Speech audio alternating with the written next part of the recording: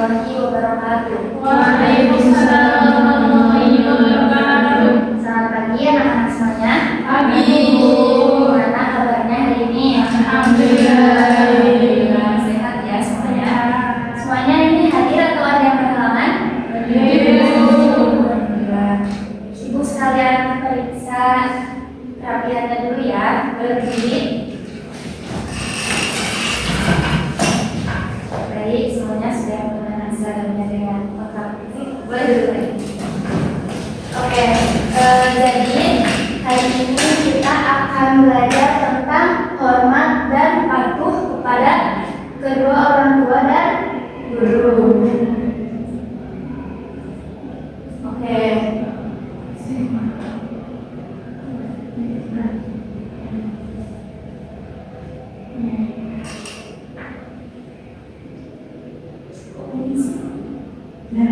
Nah, oke.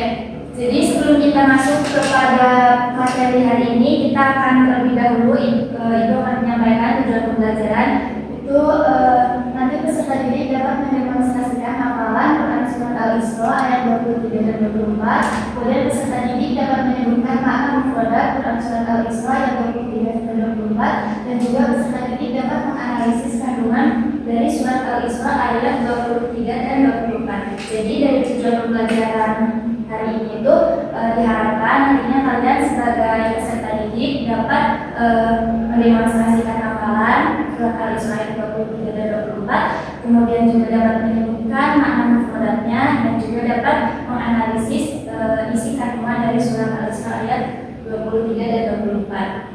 Selanjutnya, mari kita memahami Al-Quran surat Al-Isra ayat 23 dan 24. Di sini bisa kita lihat semuanya ada ayat dan juga artinya. Ada yang bisa membaca? Boleh, silakan.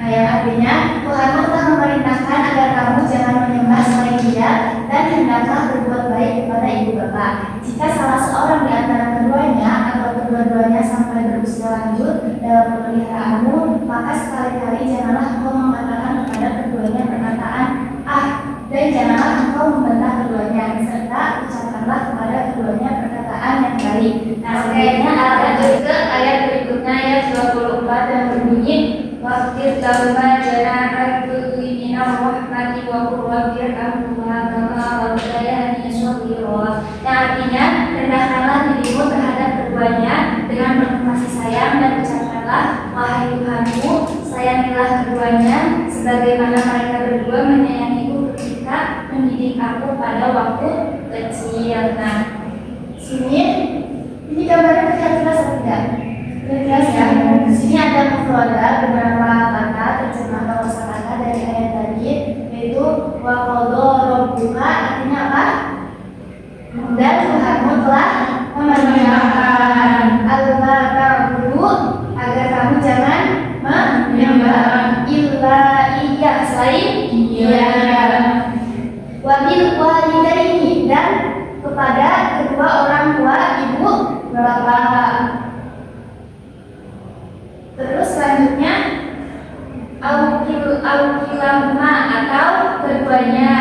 Selanjutnya fala taqullahuma uffi, janganlah engkau mengatakan kepada keduanya perkataan ah. Selanjutnya wala dan kehuma, dan janganlah membentak keduanya. Waqullahuma, dan ucapkanlah kepada keduanya. Selanjutnya ada penjelasan ayat. Jadi di sini tuh ada Ibnu Katsir, salah satu ulama klasik, yang menjelaskan bahwa Allah itu memerintahkan kepada para hambanya untuk menyembah Allah semata. Allah juga memerintahkan kita untuk berbuat baik kepada ibu bapak dan melarang kita mengeluarkan kata-kata yang buruk kepada keduanya, sehingga kepada keduanya, sehingga kata-kata ah pun yang merupakan kata-kata buruk yang paling ringan diperbolehkan, dan melarang kita bersikap buruk kepada mereka dengan ungkapan dan janganlah kamu membentak mereka, yaitu jangan kamu menolakkan tangan kepada keduanya.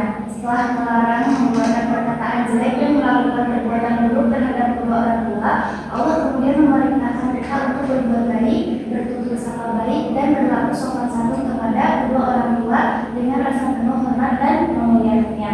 Jadi pada ayat 23 dan 24 di surat Al-Isra itu Allah memerintahkan kita yang pertama untuk menyembah Allah dan tidak menyekutukannya. Kemudian melarang kita untuk berkata yang buruk terhadap orang tua. Meskipun perkataan buruknya itu seringan perkataan misal kita atau anak-anak lain kalian cerita orang tua, dek tolong belikan mama garam ke warung sebentar. Kalian posisinya sedang main HP, sekalian males lah nanti aja. Nah itu tidak boleh, itu Allah sendiri yang melarangnya. Kemudian kita juga harus bertutur yang baik terhadap orang tua, harus sopan, santun, dan berrasa hormat. Karena bagaimanapun orang tua itu yang telah melahirkan kita, yang telah memisahkan kita sampai sebesar ini. Selanjutnya ada implementasi ayat. Nah, sebelum kita mengamalkan ayat dari surat Al-Isra ini, kita itu harus membiasakan diri untuk untuk bertadarus setiap harinya. Kita membiasakan diri untuk membaca Al-Quran setiap hari, setelah sholat fardu atau sebelum berangkat sekolah, menyempatkan dulu sebentar membaca Al-Quran. Kemudian kita bisa melihat bagaimana sikap dan perilaku dari penghayatan dan pengamalan surat Al-Isra ayat 23 dan 24 ini. Yang pertama itu ada beribadah kepada Allah. Tentu ya, karena tadi pertama Allah itu menyerukan kepada kita sebagai hambanya untuk beribadah kepadanya dan juga tidak mensekutukannya. Kemudian yang kedua itu berbuat baik kepada kedua orang tua. Yang ketiga itu bersikap sopan santun. Kemudian berhormat dan memuliakan kedua orang tua. Dan yang terakhir itu mendoakan kedua orang tua. Tadi masih ada yang ingat tidak di ayat ke-24 itu ada untuk mendoakan kedua orang tua. Bagaimana coba? Bagian Rabbir anhuma kama rabbayani shaghira. Nah, anak-anak, sudahkah kalian setiap harinya setelah sholat atau setiap kalian ketika berdoa mendoakan kebaikan untuk kedua orang tuanya? Nah, jadi mendoakan yang baik untuk kedua orang tua juga termasuk bentuk terima kasih kita kepada orang tua kita. Selanjutnya, karena penyampaian materinya sudah selesai, di sini ada yang belum dipahami dari apa yang disampaikan tentang Quran surat Al-Isra ayat 23 dan 24. Sudah paham semuanya ya? Terus kalau misalkan sekarang ibu tanya, apa contoh dari bentuk berbakti kita kepada orang tua? Ada yang bisa jawab? Mendoakan, betul. Terus tidak mengecewakan. Kemudian ya berkata yang baik, tidak membantah. Selagi itu masih dalam ranah kebaikan. Oke, jadi Anda semua sudah paham ya bagaimana cara kita berbakti kepada orang tua, menghormati orang tua kita. Sekarang di sini ada tugas refleksi. Jadi di sini berdasarkan analisis surat Al-Isra 23 dan 24, nanti kalian itu coba refleksikan. Ibu di sini akan memberikan suatu permasalahan bagaimana mengandaikan jika suatu saat kalian memiliki perbedaan pendapat yang sangat tajam dengan orang tua. Misalnya ketika nanti kalian setelah lulus dari MA ini, kalian itu bagaimana memilih perkuliahan atau memilih pergaulan. Itu bagaimana cara kalian menyampaikan ketidaksetujuan kalian tanpa melanggar prinsip bersantai kepada orang tua. Nah, nanti itu kalian refleksikan di rumah, kemudian minggu depan kalian presentasikan satu persatu gitu. Ada yang kurang jelas dari tugasnya? Sudah jelas ya. Nah, untuk pertemuan selanjutnya kita akan mempelajari tentang menghindari pergaulan bebas ngaji. Oke, mungkin cukup sekian dari ibu yang dapat ibu sampaikan. Mudah-mudahan kalian dapat mengamalkannya di kehidupan sehari-hari ya. Oke, demikian. Assalamualaikum warahmatullahi wabarakatuh. Waalaikumsalam.